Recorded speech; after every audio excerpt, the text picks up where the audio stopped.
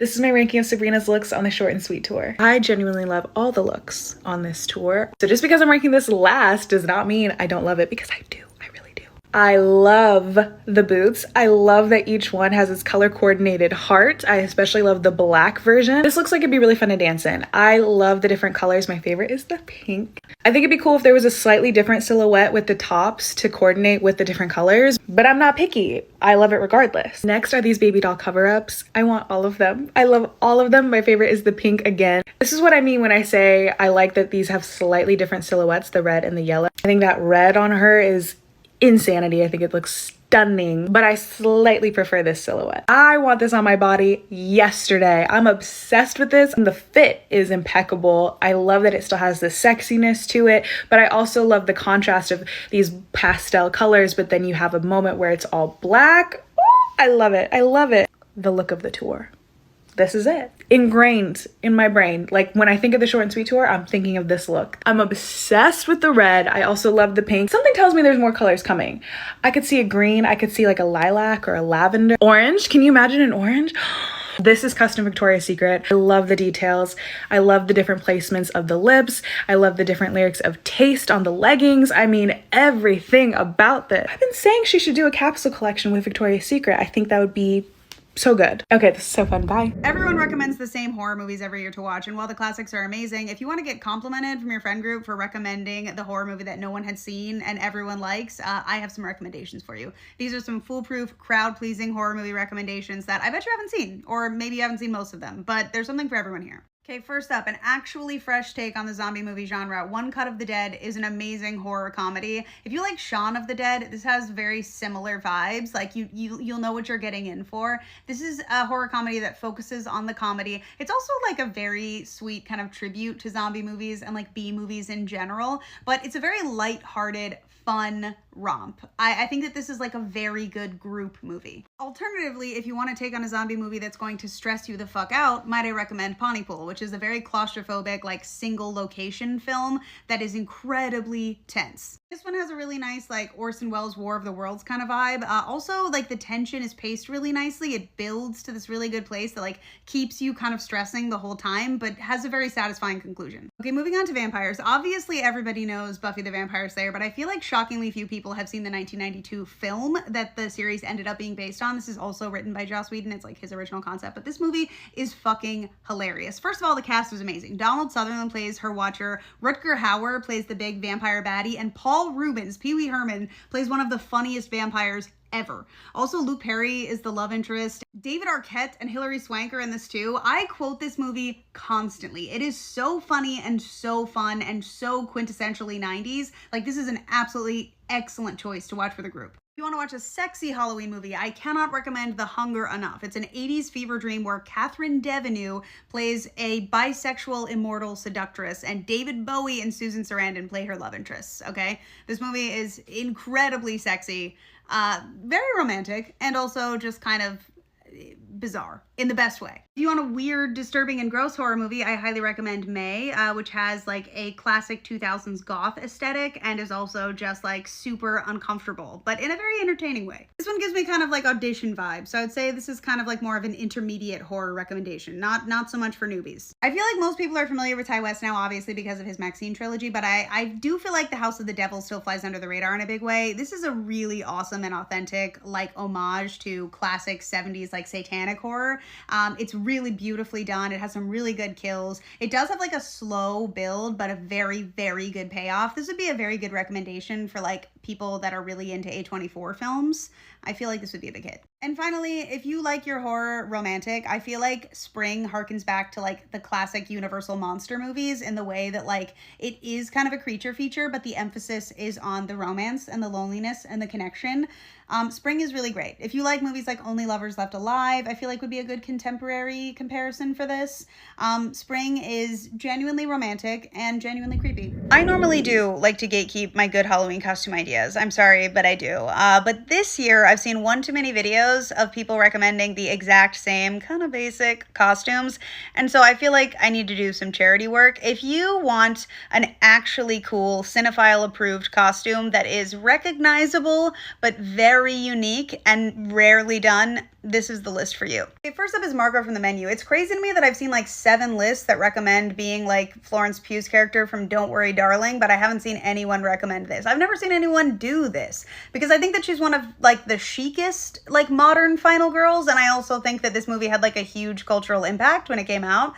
So like the dress is obviously stunning. Wear a leather jacket. I think it would be really cute to bring like a to-go bag with like a burger in your purse. You could even get your hands a little bloody if you wanted to.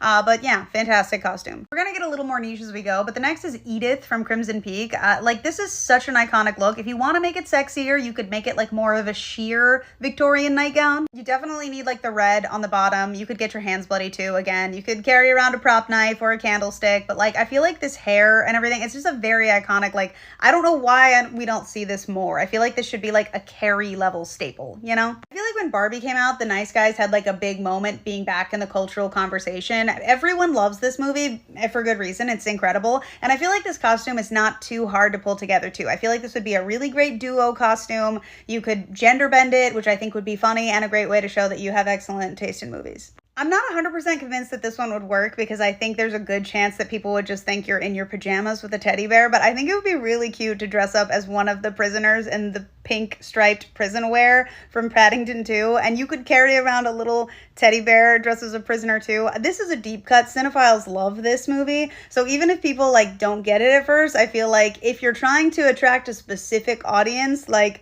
I feel like it's very cute. I'm probably still gonna dress up as this one year. I'm just sharing with you guys because I'm nice, okay? The 2018 Suspiria, like, remake, reimagining, this costume that they wear for their, like, final performance is so fucking cool. And it's just strings, like, tied together. Like, it's like, I don't know, crochet or some shit. I don't know. It's very loosely done, but I feel like it would be so easy to pull together. It can very much be like a sexy Halloween costume, but it's very recognizable. This one's a little more complicated, but I do feel like people love Ex Machina so much that there would be people who would recognize it. I feel like all you really need is like this kind of like bodysuit thing, and you could put some wires like on your midsection part. The head, you know, the bald cap thing is a little trickier, but I feel like creative girls could figure out a way. I feel like being Ava from Ex Machina could be really fun. I actually dressed up as Shoshana from Inglourious Basterds like a million years ago, and it's one of my favorite costumes I ever did. I loved it so much. All you really need is like a vintage red dress and this little veil and some killer lipstick, and I just feel like Shoshana is such a baddie still. So has anyone ever looked hotter than Carrie-Anne Moss in this movie? I don't know why we don't see a million Trinities every year. Maybe because this movie is like considered a classic now, but I just feel like if you're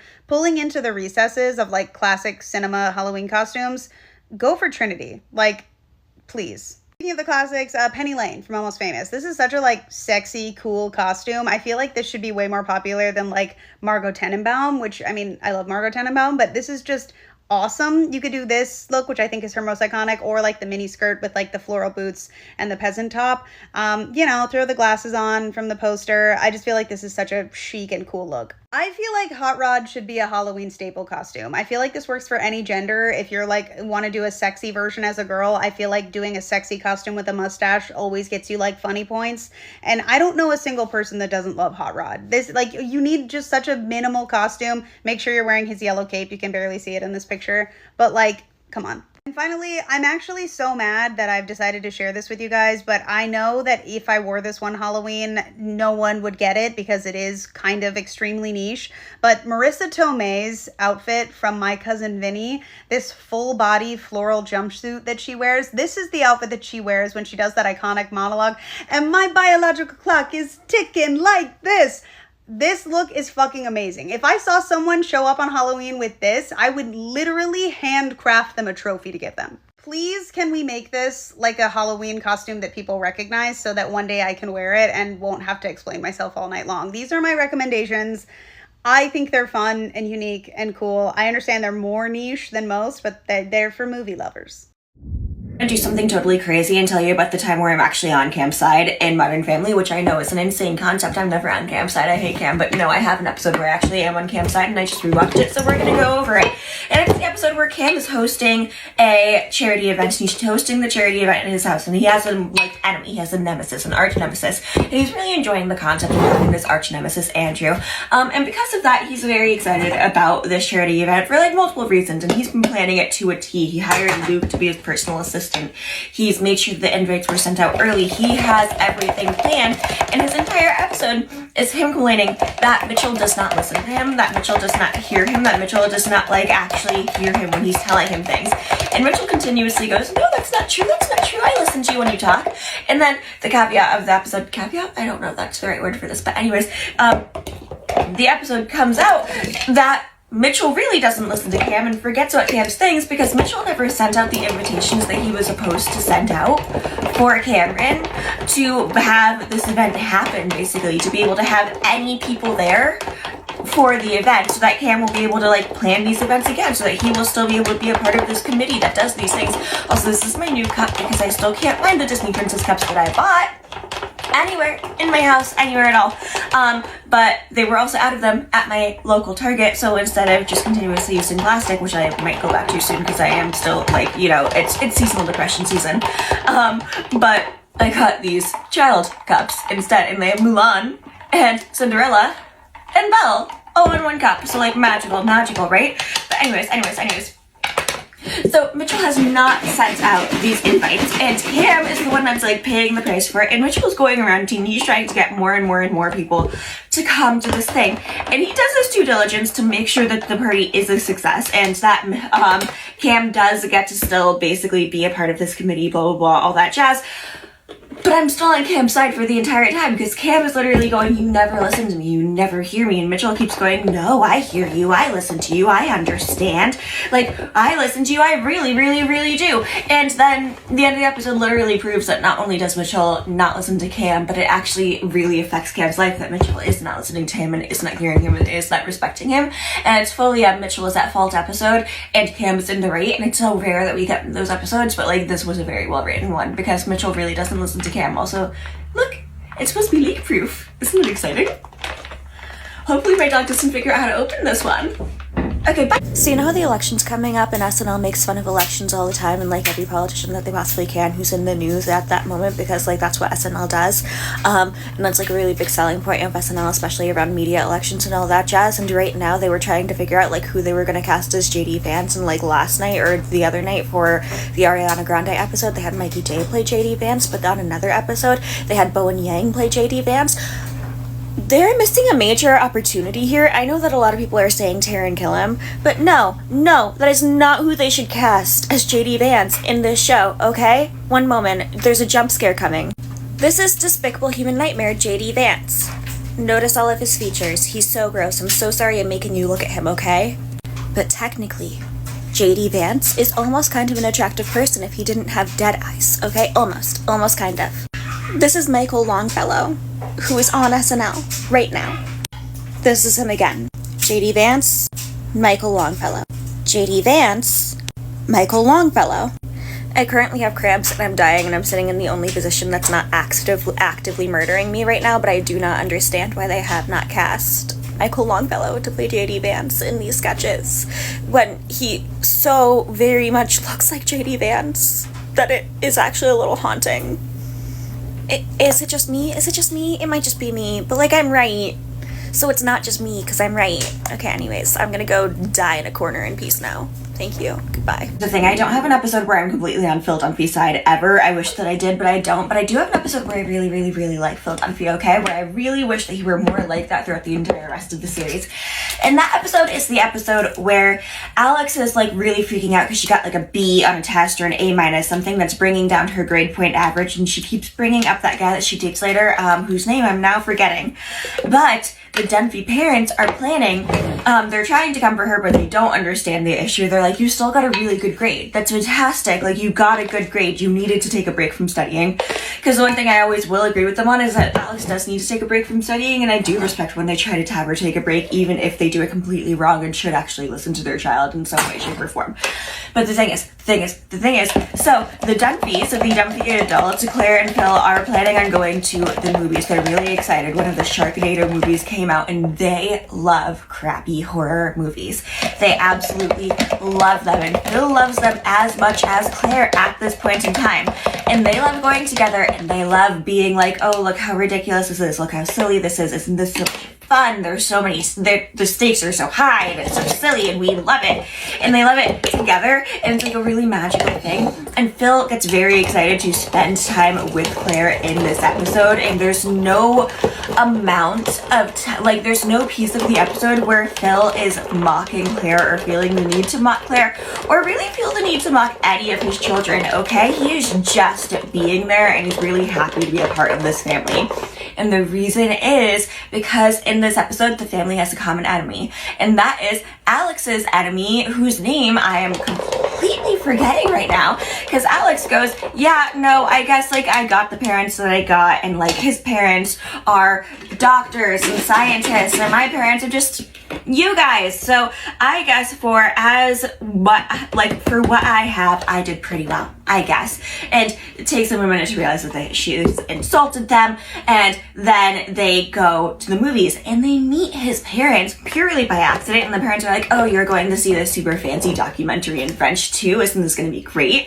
And Claire lies. Claire is like, yep, that's what we're doing. We're not seeing Sharknado, we are seeing that movie.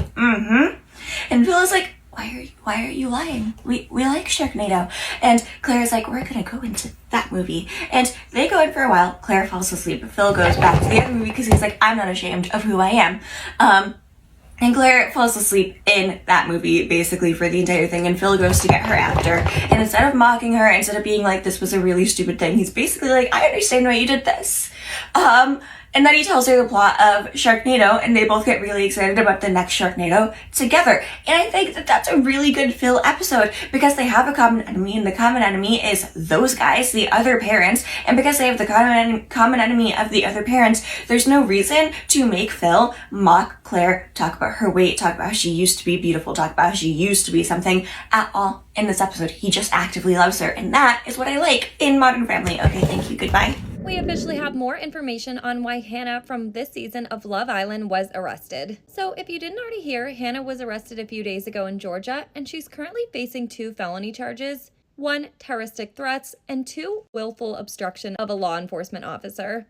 And now we know why. So according to an article that TMZ just shared, Hannah was actually attending a Gracie Abrams concert and became super disorderly. And this would have been fine, but when police attempted to escort her out and call her an Uber, she allegedly punched the officer and then kicked at them multiple times. And it gets worse. When being taken into custody, she then proceeded to threaten to unalive the officer and the officer's sister. Hannah's since been released on bail and has returned to social media without addressing the incident at all. And a lot of fans are surprised by 2 things. 1, the display of violence, as she has absolutely no history of violence at all. And 2, how freaking good her makeup looked in the mugshot compared to this season of Love Island. And I honestly can't say that I disagree with either one of these shock factors. What do you guys think? Even more news just came out about Hannah from Love Island's arrest, and man, this just keeps getting worse. If you didn't already hear, Hannah is currently facing 2 felony charges after she recently got arrested after becoming disorderly at a Gracie Abrams concert. And allegedly, when the police tried to escort her out, she became super violent and started screaming at the officer. And now we're finding out that the stuff that she was screaming at the female police officer became super racist super quickly. So apparently Hannah was screaming the following, which I definitely can't say because I'd like to keep my account, but you can pause to read it. And apparently then she went on to tell the officer that her getting arrested was because of race, saying that you hate white girls to the officer. This whole thing is absolutely wild, and it looks like Hannah's lawyer is now trying to say that she only had 1 drink and put it down to take pictures with fans and then doesn't remember anything after that, seemingly implying that maybe something happened to the drink to make Hannah act this way. Her lawyer also said that she's deeply troubled by everything that happened and regrets any actions that she took that offended anyone, including law enforcement. Our favorite Love Island girls, Serena, Janae, and Leah, have all proceeded to unfollow their former co-star Hannah after the details of her arrest were made public. So Hannah from Love Island was recently arrested and now is facing 2 felony charges, terroristic threats, and willful obstruction of a law enforcement officer after becoming disorderly at none other than a Gracie Abrams concert. Originally, all we knew was that when the officers tried to escort her out and call her an Uber, she became super violent and started shouting at them. And at this point, a lot of people were still backing Hannah, saying that she was just drunk and people make mistakes when they're drinking. But based on the new information that's come out, there's really no backing Hannah at this point. Yesterday, TMZ reported that she was allegedly screaming super racist things at the black female officer. If you haven't already seen, I'll post them above. I don't want to repeat them because I'd like to keep my account. And we all know that PPG does not tolerate this. Leah even refused to go back on the canceled podcast after Brooke Schofield's racist tweets resurfaced. So it's not very surprising that they're all standing on business. And once again, people are coming for Andrea from Love Island, except this time it's for supporting Hannah despite the new information that's come out about her arrest. So yesterday, TMZ reported that Hannah was super racist towards the black female officer that arrested her after she became disorderly at Gracie Abrams. And since then, a lot of the Love Island cast, including all of PPG, has proceeded to unfollow her. And not only has Andrea not done this, but she still has a video of her and Hannah pinned at the top of her TikTok profile. And now people have taken to the comment section of her newest video to confront her on this. With one person commenting, "You still got that video pinned of you and Hannah? Guess that says a lot." To which Andrea actually responded by saying that there are two sides to every story, and then continued to say, "I've been in a position where I was ridiculed without people letting me tell my side. I think it's only fair to let her give her side before forming an opinion." To which people are saying that the police already released the disgusting racial slurs that Hannah was saying. What more evidence would Andrea possibly need?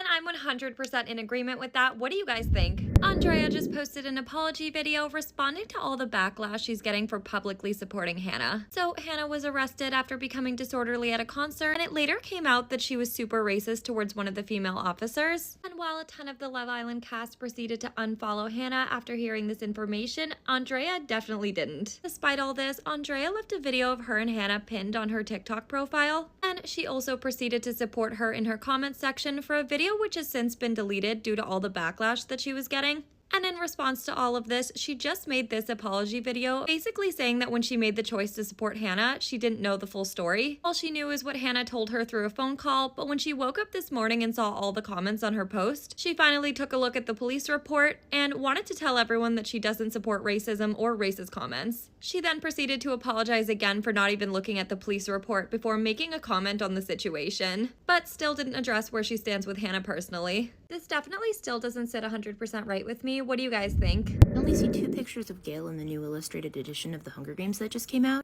The first time is a memory she recalls on the morning of her interview of the first time she met Gale in the woods. And the second one is a memory she recalls from inside the arena when she tells Peeta about how she got Lady for Prim. I really love the idea that a lot of the Gale we actually see in The Hunger Games is through Katniss's memory. Gale was an anchor for Katniss, and these illustrations you can tell just how much older he really was than her when they first met. It really drives home the sense of security and safety and stability that he brought into her life after the loss of both of their fathers. This also serves to show just how idealized Gale was in Katniss's eyes. Gale we see is the one that helps Katniss get a goat for her sister, the one that helps her learn how to hunt, the one that helps her survive. The version of Gale that exists inside of Katniss's memories is also the one that helps her survive in the arena, even though he's not technically there. It isn't until we as readers start having face-to-face interactions with Gale in the book that we start realizing that maybe he isn't all that in a bag of chips as much as we thought. I also think these illustrations kind of highlight a little bit of why people were kind of taken aback when there was such an emphasis on the love triangle in the Hunger Games movies. Because when I read these as a kid before I saw the movies, I didn't recognize any romantic dynamic between them really at all. I almost saw it as like a brother, surrogate stepfather almost type thing. Like he wasn't the stepfather, but he was the father who stepped up, you know? I feel like these illustrations kind of highlight a little bit more why I pictured it that way, as opposed to a potential romance situation. The evangelicals who keep putting Bible tracts on my fucking door better watch their asses, because I'm going to start interpreting these as threats. I'm going to start interpreting them as threats. What do I have to do to keep these from being on my fucking door when I come home from going grocery shopping? Like, living in uncertainty, unsure where you are going? Are you threatening me with hellfire, Evangelist John Valtierra? I also received this one on my door with a handwritten letter. Dear neighbor, my reason for writing is to share an encouraging thought with you. Events happening both locally and global are causing much anxiety and suffering. We all hope for better conditions, but as hard as human governments try to make improvements to benefit all people, that task seems to be impossible. The Bible speaks of a government that can and will satisfy the needs of all. What do I have to do to get you to leave me alone? What do I have to do to get you to leave me the fuck alone? Who do I have to fucking call? Do I need to start leaving satanic paraphernalia out in front of my door? Or is that just gonna make you guys try harder? Like, what do I have to fucking do to make you stop? Stop it, stop. And if I call the church, whose number is on the back of the tracts, they're not gonna do anything because they just hand them out in big stacks to people and tell them to put them on people's doors. It's not like I can open the door when they get here like this, because usually the person sticking it to my door is like a 12-year-old who's doing free labor for their church. And I know I'm all jokey haha about it and stuff, but like, I'm openly queer. Those people do not like me, and they know where I live. And they're sticking shit on my door. Leave me the fuck alone. Do I think Katniss's mom ever returned to District 12 after she had kids? A lot of what happens after President Coin's death is left open to our own interpretation. Super interesting to think about what their new normal would be after everything. Especially because every single district and the capital all had different versions of what normal looked like. Regardless of how corrupt their system of government was, we are creatures of habit and we seek out comfort and safety in our routines and the things that we know to be normal and everyday. I'm sure that after things settled down, there were a lot of people who went back to their home districts and never wanted to leave, or probably some people who did the complete opposite and never wanted to go anywhere near where they grew up. And I'm sure a lot of people took quite a long time to feel comfortable traveling between districts. Especially when you consider how alien the concept of even traveling was for a lot of people. They didn't do it. They only lived in their district. This is all to say, I think Mrs. Everdeen absolutely did go back to District 12 and travel to see Katniss and Peeta, and I'm sure that they traveled to the capital to see her. I would be curious to see what the timeline of that looked like, if it took years for her to be willing to go out there, if Katniss was the first one to go visit her in the capital. She ended up retiring and then moving back to District 12 so that Katniss and Peeta could take care of her as she got older.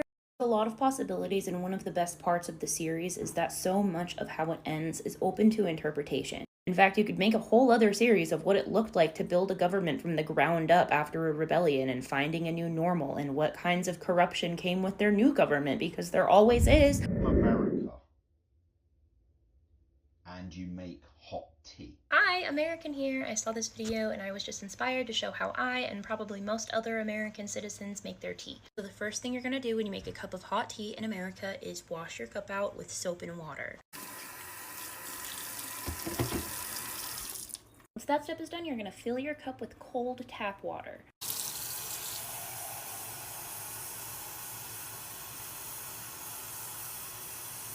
Next, you're going to select which kind of tea you want to drink. A lot of people like English breakfast. I prefer Irish breakfast because you guys know what you did. It's American tradition to recite the Pledge of Allegiance before proceeding to the next step. Now, most Americans use high fructose, but I've been watching my figure, so I sweeten my tea with a light corn syrup. I personally still find that that's really bitter, so I just add some sweetened condensed milk for a little bit of added sweetness and flavor to mine. Finally, to heat up the water. I've seen a lot of British people make fun of us for heating our tea up in the microwave, which makes absolutely no sense because we've never done that. Anyways, for this next step, you're gonna need to go get your gun. My hot take about Gale is that I don't have a problem with the amount of hate he gets, but I think people hate him for the wrong reasons. And I really blame the movies because they robbed him of so much of his depth and dimension because they wanted to make him a more palatable love interest for Katniss. So much of the hate Gale gets boils down to the fact that he is the Prim Reaper. And as funny as it is to call him the Prim Reaper, that joke never gets old. If we want to get technical about it, a lot of people treat him as if he knowingly went in with the sole intent of killing Prim. Like, it was premeditated murder. But that's not what he did. What he did was a lot worse than that. Prim was only one of many children Gale was prepared to kill that day. And he didn't intentionally seek out Prim, but he did take a gamble with her life. And one of the main defenses I see for Gale in this scenario is that he wasn't the one that dropped the bomb. He was just the one who designed it. That's like saying Casca Highbottom gets to evade any and all accountability when it comes to the creation of the Hunger Games because he wasn't the one that implemented it, he was just the one that designed it. Just because Highbottom was full of remorse and self-loathing for what he did, that didn't mean he didn't do it, and that didn't mean he was a good person. Every single character in this story has human elements and nuance to them. Even Dr. Gall at one point was a baby doctor whose entire job was to bring life into the world. These nuances don't necessarily exist to make you like the character. More so provides context so that when you do hate them for the right reasons. As annoying and awful as Gale is for the way he treats Katniss in Catching Fire, that's not even the main reason why I hate him as much as I do. Because while he's being an enormous dickbag, I also know that he's experienced insurmountable levels of trauma and grief that would make literally anybody probably act like that, especially if they were a teenager. Like, I don't hate him for just being the most typical podcast man on the planet. I hate him for being a war criminal. Guys, Hunger Games news. Hunger Games news! Tomorrow at 8 a.m., Hunger Games news. What do you think it's going to be? Place your bets now! Let's explore the possibilities, because when The Ballad of Songbirds and Snakes came out, we got like an illustration and we got a sneak peek of what the cover might look like. Part of me is also like, what if this has nothing to do with Sunrise on the Reaping and this is just an announcement about an illustrated version of Catching Fire since the illustrated version of the first book just came out? They could be announcing a cast member from the movie without revealing who they might be playing. My prediction is that tomorrow we might find out who the central character of the next story is going to be. Because all we know is that Sunrise on the Reaping is set during Haymitch's games. We do not know that Haymitch is going to be the main character of the story. Suzanne Collins could very well want to explore other aspects of the story outside of what's happening in the arena during the games. We could very well have the focus be on a completely different person in another district, one of the capital citizens. I don't think the main character of the story is going to be a tribute, and I also don't think it's going to be a man. And this doesn't really have anything to do with the story, but I just personally feel like Suzanne Collins doesn't enjoy writing from a male perspective very much. No, it's just like a vibe I picked up while reading The Ballad of Songbirds and Snakes. I really feel like this next book will be from a female perspective. I'm so curious to find out who it is. Is it going to be somebody we already know exists? Are we going to meet a completely new character? Are we going to see what life is really like in another district? Because that's one of the main things I really want to see in the Hunger Games series. Not because I want to immerse myself in the world of Panem. Also because I want to understand the characters and I want to see how propaganda was used differently in different districts. And I want to speculate about what life after the rebellion looked like and how all of these people from different districts and different ways of life all came back together. Like, there's seriously so many possibilities here with where this book is going to go, and I'm so fucking excited. Also, Hunger Games official TikTok, if you're watching this, start using the fan texting service again. Start texting the fans who use the texting service again. That was so fun, and I don't know where your childlike sense of whimsy and joy went, but you need to start doing that again. I've been giving a lot of thought to which point of view the next Hunger Games book is going to be told from. I've narrowed it down to two possibilities. First, I think an important part of the narrative this time around is going to see what's happening in all 12 districts. That we can gauge what the political climate in each place is, how the different people are being propagandized. We've also already gotten 4 books from the point of view of somebody who is being propagandized, and I think it's about time we start to see the other side of that. I think whoever we see is going to have to be somebody from the capital and somebody who can see what's going on in other districts, whether that be by surveillance or by traveling to them. I also think it's going to be somebody who's already become disillusioned to what the capital is doing. I think we're going to start to see the development of the rebellion from within the capital. So I feel like we could either get it from Plutarch's or Tigris's point of view. I'm putting my cards on Tigris, mostly because I really love Tigris. However, even if it is from Plutarch's point of view, I think Tigris is going to play a pivotal role in this next book. And I'm certain that we will see Tigris and Plutarch interact at some point, and we will also see them both interact with Haymitch. I have a hunch that Plutarch is Haymitch's mentor and Tigris is his stylist. I could be so dead wrong about that. I could be so incredibly dead wrong about that, but that is my hunch. I'm not putting all of my cards on that. But I honestly fear we're not going to see much, if any, of Katniss's mom or family members, just because I feel like that would kind of defeat the purpose of the narrative, which is that Katniss is just a random girl in District 12. So having her mom play an integral role in the early days of the rebellion, years before she's even born, I think would detract a lot from the narrative in the original trilogy. Which is also why I do think we're going to see things from the perspective of a character that we sort of know and love, but don't know very well. Hi, everyone. I saw the cover. I saw it. I have legitimately so many thoughts to share. I wish that I had time today to sit down and share them, but my mom and I are going to go watch Laura Ramoso tonight in Portland. I swear, I promise I will make videos about it, because I have some thoughts. Maybe I have time to share a couple of them right now. I feel silly for putting all of my eggs in one basket and fully thinking that it would 100% not be from Haymitch's perspective. I just thought that was too predictable. But I do think there will be numerous wild cards that we are not anticipating. I don't think we're going to see very much of the arena, and I personally don't want to. Like, we know what happens in the arena. What I think they're going to expand on is how the capital used what happened in the arena to propagandize people, and we're going to get more clarity on what was actually happening versus what was being televised to the Capitol citizens. I've also been fixating on the fact that the cover is an illustration demonstrating that both the songbird and the snake were born from the same place. So I'm like, are we going to get rumblings of the early rebellion in the Capitol? Are they going to be doing time skips? I personally feel like it'll probably be a really long book similar to the Ballad of Songbirds and Snakes, and I kind of wonder if they're going to do a bit of a time skip in between each part. I don't think they're going to do anything major.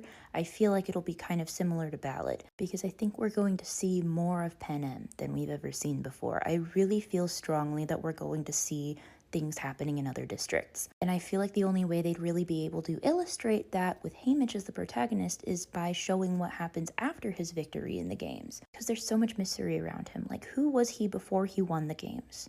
What happened between his victory and Katniss and Peeta's victory? Like, there's a lot that we do not know about him that we're going to find out, and I have many questions. I'm running out of time, but before I go, 2 things of note. 1, there will be no apprehensively thirsting over Haymitch in my comment section. He was a minor. And 2, we are not excited to see more of the arena. This isn't a wish fulfillment fantasy world like Harry Potter, you guys. I'm a little bit worried about the people who are treating it that way. Anyways, that's all I have to say so far. I have so many thoughts, you guys. But my dad and I are gonna go get Korean food. As someone who is really into maximalism, I just do not understand minimalism, and I want to, like, for the most part, understand that sometimes it's a trauma response for people. Like, sometimes if you couldn't, like, afford what you wanted growing up, then you just don't see a need to, like, buy things for no reason. I'm the opposite, where it's like I was too afraid to ask for things, so now that I have my own money, I buy whatever I want, like, because I don't have anyone to ask. Like, I'm just like, oh, I want this, I'm gonna buy it. And obviously, yes, it is a problem. Like, I'm not gonna not acknowledge that, but just like the whole minimalism trend as a whole, like, I just don't understand, like, the whole, like, oh, I want my house to look like an IKEA catalog, or like I want it to look like you just walked into IKEA, or like, oh, I want to look like nobody lives here. Like, I just don't understand that, because I feel like your house is, or your home, or your space, or whatever, is who you are as a person. And for me, I look like I have a lot more than I do because I'm confined to my space in my room. So like, I can't put like everything I want everywhere throughout my house because I do live with my family. So that is a reason why I look like I have a lot more than what I have. But I do love this like whole, like, everything is in my room is covered from like top to bottom, and like I just have things. I collect a bunch of things. Like, even though I have a bunch of books, I still have a DVD collection, and I still have, like, if you look at my desk, you can very much see the kind of person I am. Like, I have a lot of horror movie posters, a lot of candles, like Funko Pops. My electronics, I have a problem. Like, you can just see the kind of person that I am simply by like my room. And also, people know what to buy me by like the stuff that I have. Like, people know to buy me candles or books or seashells. I have a lot of seashells throughout my room. And like, even when I go out as a person, I don't take, like, obviously I don't take that much stuff with me, but like, I always have my book and my Kindle that I take with me, and people know, like, oh, she's a reader. And that's why, like, when I would work at like customer service jobs and we would do like Secret Santas, or when my job went bankrupt and it got us all gifts, people know to buy me books. Like, you might not know what type of books to buy me, but people know, like, oh, Mayanna's hobby is reading, or like, oh, Mayanna likes to crochet. And like, I don't know, like, I love having stuff, and like people knowing the kind of person that I am. Like, I feel like you can tell that I'm very like girly, but like I like horror, and very just like the chaotic feel to it. I don't know how you perceive me. That's just how I feel like I come off, and that's how I hope I come off. But I don't know if you're perceiving me that same way. But like, when people have like those bedrooms that are like all gray or like super trendy, I just feel like they don't know how to like do their own like interior designing, or they don't know exactly what they're into, and they just are buying with like what what's trending. Like they're just buying what they see other people buying, or like they don't have like a personality of their own, or they don't know their personality or what they want to give off. And obviously it's not for everybody. Like you can know who you are as a person and you just like to have super great bedrooms, and that's what you like. Like it's no judgment here. It's really just me trying to understand. And there's nothing wrong with trendy. Like this jacket that I'm wearing is literally trendy. Like it's trending right now. I bought it because it's trendy and it's cute and it's pink and it's my favorite color. And there's no problem. I have no problem with trends, and obviously we do things because of trends. And like no matter what you're doing something because it is trending. Like even the books that I'm reading are trending, and I hate when people are like, oh, this thing is so trendy, and like I hate when people are wearing trendy things. No matter what you're wearing, it is trendy, okay?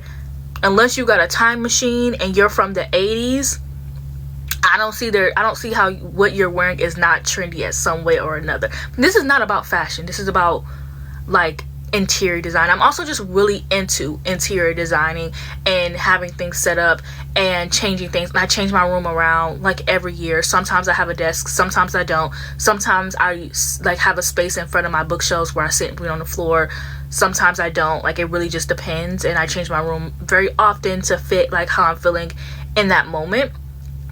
But I don't know, it's just very interesting to me. Like I think minimalism is so interesting, and like I know for the most part for some people it is just a trauma response, or people who like have moved from house to house and don't really feel a need to like decorate their own house. Like I definitely understand that. So maybe, but I don't know, maybe there's other reasons out there. I'm just very curious, and I don't know, maybe it's because like I'm a hoarder. I'm not a hoarder.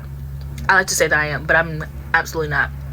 I just look like I am because my room is very small and I'm confined in this cute little space. But I don't know, like I love like laying in my bed and looking directly over at my bookshelf and just admiring all the things that I own. And I love, like last night I had my candle set in my room and I was just sitting in my bed reading at night, and it just was like, it was everything to me. And it's like, wow, I can't imagine. And I mean, maybe people have that for their own space. Like there are other hobbies in the world, or there are other things that people have that can make them happy, like just sitting on the couch in their empty ass living room watching their TV. Like I understand that. It's just very fascinating to me, basically. I just saw a video talking about how the ads on everything right now is just really insane, and I want to add how the ads on Pinterest right now are really grinding my gears. Like it's gotten to the point where I can't even take a cute little screenshot and be like, oh my gosh, look at my aesthetic, because every 3 pictures there's an ad. Like there's literally an ad every single row, and it's like, I get it, they gotta make their money somehow. You do not, literally when I take a screenshot of like my little aesthetic, it's more ads than it is aesthetic. And then it's even more annoying when like you're looking for like a specific aesthetic or like a style or whatever you're looking for on Pinterest, and the ad disguises itself as a picture. So then you're like adding it to your Pinterest board or whatever, and it's like, dude, it's getting out of hand. Like I've been on Pinterest for a very, very long time. I've been on Pinterest for years now, and it has never been this bad. And it's just so frustrating because nobody wants to see ads. Like I get that companies have to make their money some way, somehow, but like I don't want to be sitting, like I just love sitting mindlessly scrolling through Pinterest and listening to music, or scrolling through Pinterest and listening to my audiobook.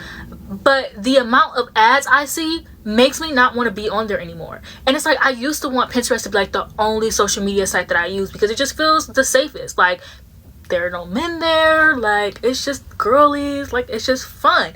But now I don't even want to be on Pinterest because every scroll is an ad. And I'm not even being dramatic. I'm gonna show y'all. This is an ad, this is an ad, this is an ad.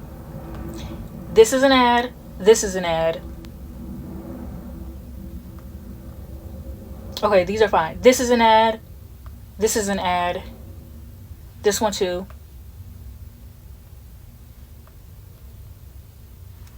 This is an ad. Already seeing comments on the news about Liam Payne blaming his ex-fiance for speaking up about the abuse that she went through with him, and blaming fans who spoke up about their inappropriate encounters with him. And this is really all I'm going to say on this matter right now. It is an unbelievable tragedy what happened with Liam. I myself am deeply sad as someone who was a big fan of One Direction. I feel so incredibly awful for all of his friends and family who loved him, his son who is very young and has lost a father. But the tragedy of the announcement of his passing can coexist with abuse that he may have also perpetrated. I don't necessarily think right now is the time to bring that up and to discuss that any further. But if you're going to then start blaming his victims and saying that this is their fault, that's on you, and that is also disgusting. He can be a good artist and a good friend and a good son, a good family member. You can mourn his passing, but you don't have to ignore any harm he may have done while on this earth. Speculation, but based on what we know right now, it does seem that this was likely intentional on Liam's part and that he lost his life self-inflicted. And I wish he would have seen another way out. I wish he would have understood the people who were criticizing him wanted him to be better. They never wanted this outcome. You shall receive. All right, welcome to Gender in the Hunger Games. Buckle up, I have a lot to say. I'll probably do multiple videos. There's way too much to address in just one video or even like 10, but I will try my best. My thesis is the Hunger Games story is greatly impacted by gender patriarchy, expectation, and the performance of gender roles. The first thing I want to address is that, yes, the Hunger Games can be compared to a lot of things. It's pulling from like a lot of different histories across the world. That is all fine, but it is important to acknowledge how the Hunger Games is an American-specific story. It is a reflection of the United States and the ideas the United States was founded on, which are capitalism, colonialism, white supremacy, and patriarchy. These ideas are all embedded in this story in the world building. While not blatantly addressed or pointed out to you, they are there and they are crucial parts. You can make a video essay on any of these. Let's start with Everlark. Everlark's purpose as a duo in this series is challenging the ideas of tradition in Panem, right? They're the ones who pull out the berries. They're pushing back against President Snow, the Capitol, the game makers, the games themselves. They begin the spark to start the revolution, right? They're working overtime in this arena because while they're in this cave, they are subverting the traditional roles of what we see in a relationship. So it was long believed that we lived in this very traditional gendered society, hunter-gatherer, where men hunted, provided, protected, and women, were nurturing. They maintained the family, they gathered, they maintained the house. This has since been debunked. There was like a study in 2021. You can look it up on your own. This is not reality. It's a very Western European way of thinking. Again, not reality. This is pushing back on this. Remember, this was published in 2008. When they're in the cave, they're playing house. They're playing house. It's fascinating. It is so interesting. She's going out. She's hunting. She's providing. She's protecting. He is in the cave, the house. He is maintaining the fire, maintaining the house. He is, gathering berries, stuff to eat. Interesting. They're constantly pushing back. Peeta himself is pushing back against traditional expectations for men. He's not your typical YA love interest. That being said, he is number one book boyfriend. Number one book boyfriend. Ask literally any woman, okay? He is given these traits that are seen as emasculating or feminine, and it doesn't make him less of a man. He's depicted as being more emotionally in tune and sensitive. One of the first scenes we see of him is him crying. And this is really, really interesting. Obviously, there's more optics there with the optics of the game, the cameras at play, and Katniss points this out, but him crying is huge, okay? He has interests that are also considered feminine, painting and baking. His reaction to things isn't physical action, and this one will come back. And then the last thing is he's deemed weak or emasculated by people in world and the audience, okay? People who watch the movies, people who read the books, constantly say this guy is weak. And it's interesting because he's still number one book boyfriend. So I think people need to do a little soul searching and address that because people love this man and he's not less of a man for any of these traits. Now we got to talk about Katniss and Gale. Now I'm kind of scared to get into this because this is going to be a long part and you have to be engaging in it in a nuanced way, but a lot of people don't like to do that with Gale, but let's try. This is not another reason to just dump on Gale. There are valid reasons to dislike this character. I don't like this character, but I'm not going to just say, oh, he's a raging misogynist or any of these things just because I don't like him. It's not necessarily true, okay?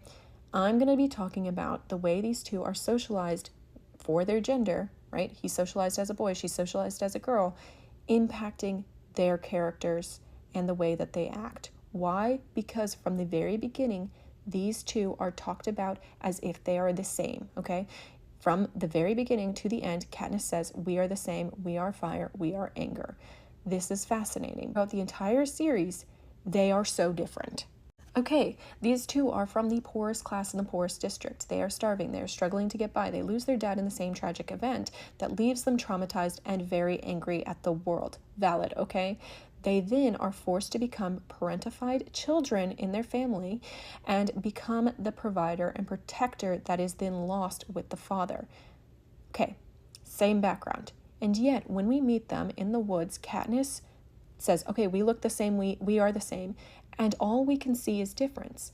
Specifically, the instance I always think of is when he's complaining about the games, about the world, and already their understanding of the world is so different. And she just lets him rant because that's what he does all the time. He's angry, he rants, and she never does because she thinks it's pointless and whatever. The difference here is gender. The small caveat here is that Katniss is not only taking on the paternal figure, but also the maternal because her mom's absent. So she's not just doing the work that is provider, protector, making sure her family doesn't starve, which is traumatizing on its own, valid, Gale, okay? She's also doing the maternal work. That is emotional labor. That is making sure everything is okay in that family. She also understands if she leaves this family, if she's not around, this family will not survive. Even though they have Gale to rely on, she does not think they will survive, okay? This is huge. This is very different from Gale. Gale has his mother. He has other siblings. He has other boys in the family. They just have each other. Additionally, Katniss is socialized as a girl and Gale is socialized as a boy. There are certain expectations that they will meet based on their gender. For example, women are expected in patriarchal societies to be seen, not heard. And Katniss does this a lot, right? What did I say about them? They're in the woods. He's complaining. He's loud. He's allowed to do that. She's not going to say that outright because that's not what she thinks. It's just how she's socialized. It's the way she's been raised. Additionally, emotions play a huge role between these two, right? They're both angry people, but that anger manifests in different ways because anger is an emotion that is seen as masculine. And men are allowed to have that anger, that emotion. Vice versa, women are allowed to cry and men are not. It's why huge deal that Peeta's crying, okay? There are emotions allotted to certain genders. And so Katniss will be seen as erratic and emotional if she shows these emotions.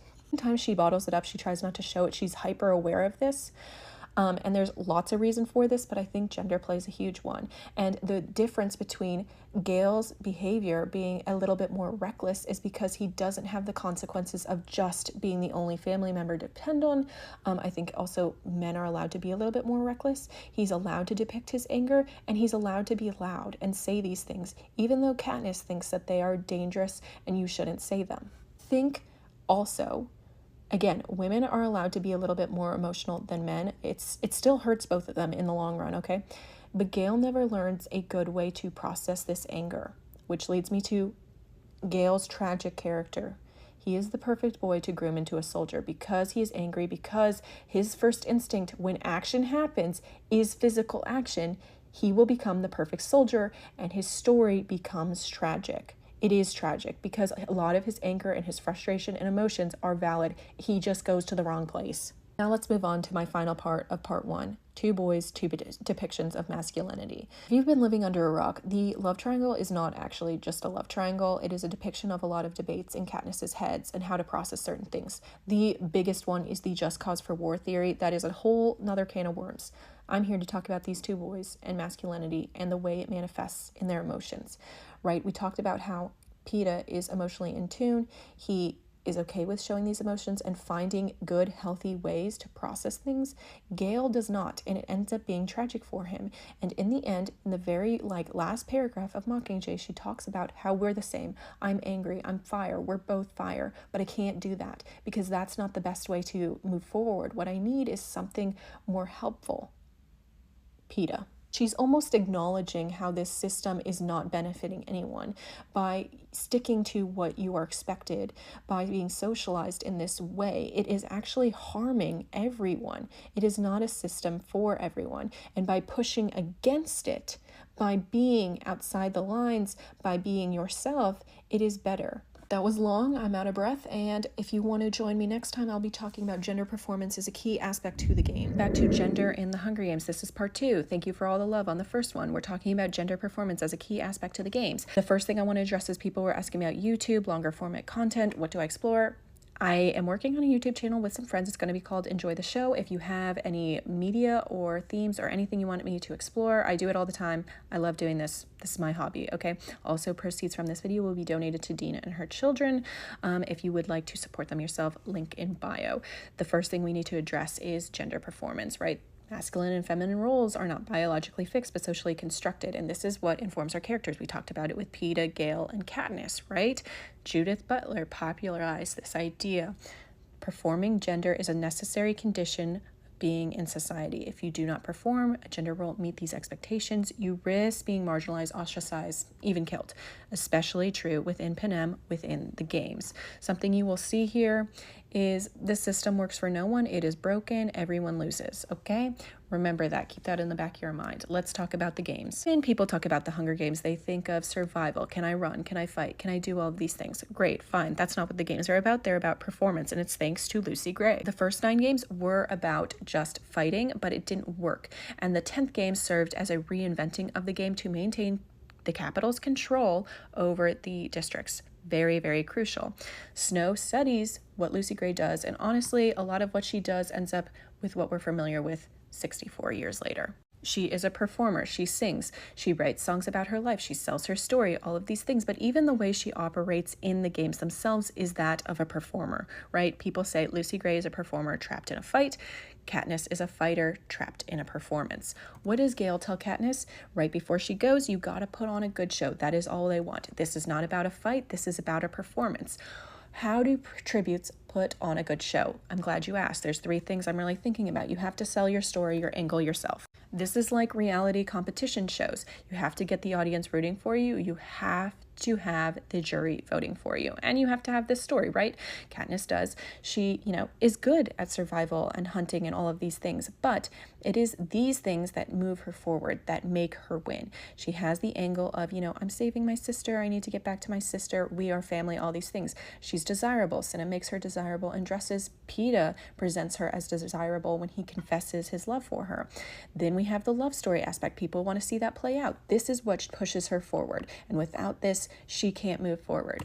Then you have to be entertaining. In this moment, Clove can really easily take out Katniss, but it is about the entertainment, and she knows that, and she's going to put on a show to get her further in the game. Unfortunately for her, it ends up not working out. But this is a key aspect. You have to put on a show. Katniss even acknowledges this. When she thinks there's lulls in the game, she's like, I need to put on a show. I need to continue the story so the game makers don't get involved. Then the last and most important thing is you have to conform to what the Capitol approves of, right? You have to fit their mold. And this includes gender. Capitol, the game makers, these people are the ones in control, and they're going to decide who gets to move forward or not. Sponsors, all these things. Someone who's super rebellious, who's breaking the mold, is not going to move forward. You have to play by their rules. When Glimmer gets on stage before the games, she is putting on a persona, putting on a performance of a hyper-feminine, hyper-sexualized girl, which is acceptable by the Capitol standards, right? She's wearing this sheer girly dress, she's flirting, she's doing all of these things. This is fine. This is what they have to do. Look at them on stage, right? Their lives depend on their approval and support. Look at the way that the girls are dressed. They're more revealing. It's more girly. It's fitting into that mold. Look at the way they're sitting. It is very different from the boys. This is different. This is all a performance, a presentation, and they have to fit the Capitol mold. Because if they don't, they literally risk their lives. The other part to this is they're not just putting on a performance, but they have to meet the beauty standards. The beauty standards obviously intersect with the gender performance because there's certain ideas of beauty that fit gender. It's very arbitrary. We know this. What's the first thing that happens to the tributes when they get to the Capitol? They are brought into their stylist to meet the beauty standards, right? Katniss talks about how they remove all her body hair because this is a standard for women. She notices that Peeta gets to keep his body hair in the games. This is what happens to the girls. There are other things as well. Then after the games, Katniss, needs to continue to put on this performance of her gender to meet this expectation. One of those is that she is very, very thin. She is flat-chested, and they want to give her a boob job. Luckily, Cinna and Haymitch intervene, and she wears padding from there on, okay? But this is an expectation of performance of gender, right? You're going to fit a certain mold. Let me tell you, it is not easy to be a woman in Panem, right?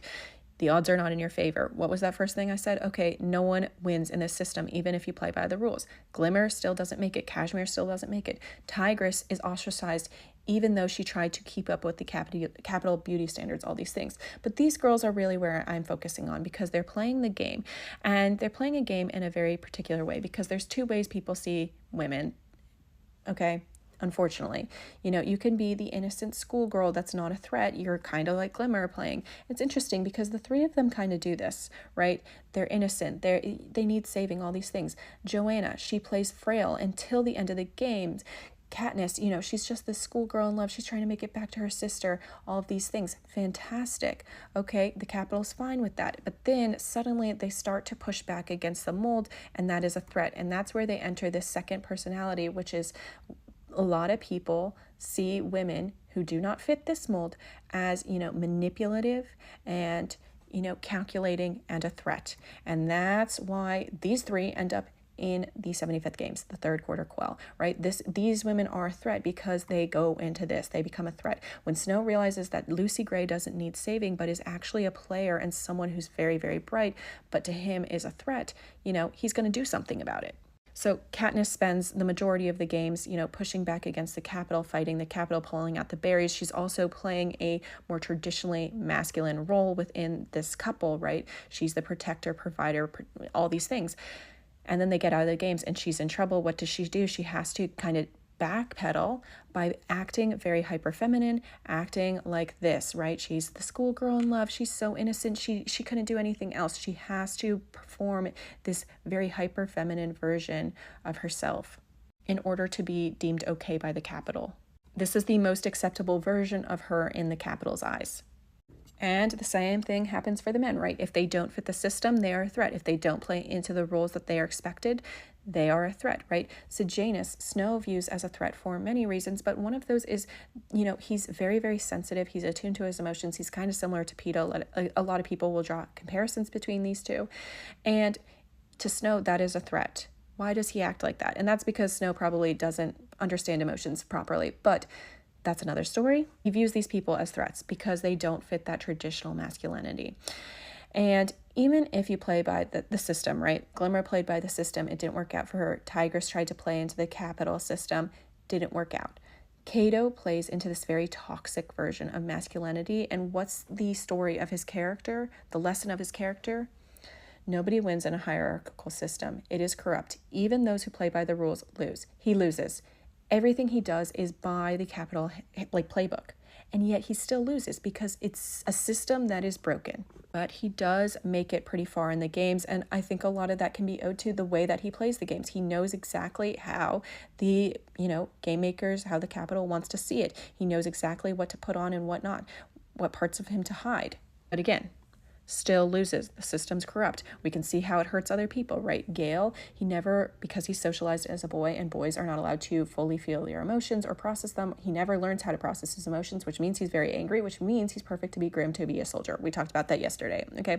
These two, they have to constantly put on this performance, and anytime they break out of the mold, they become a threat.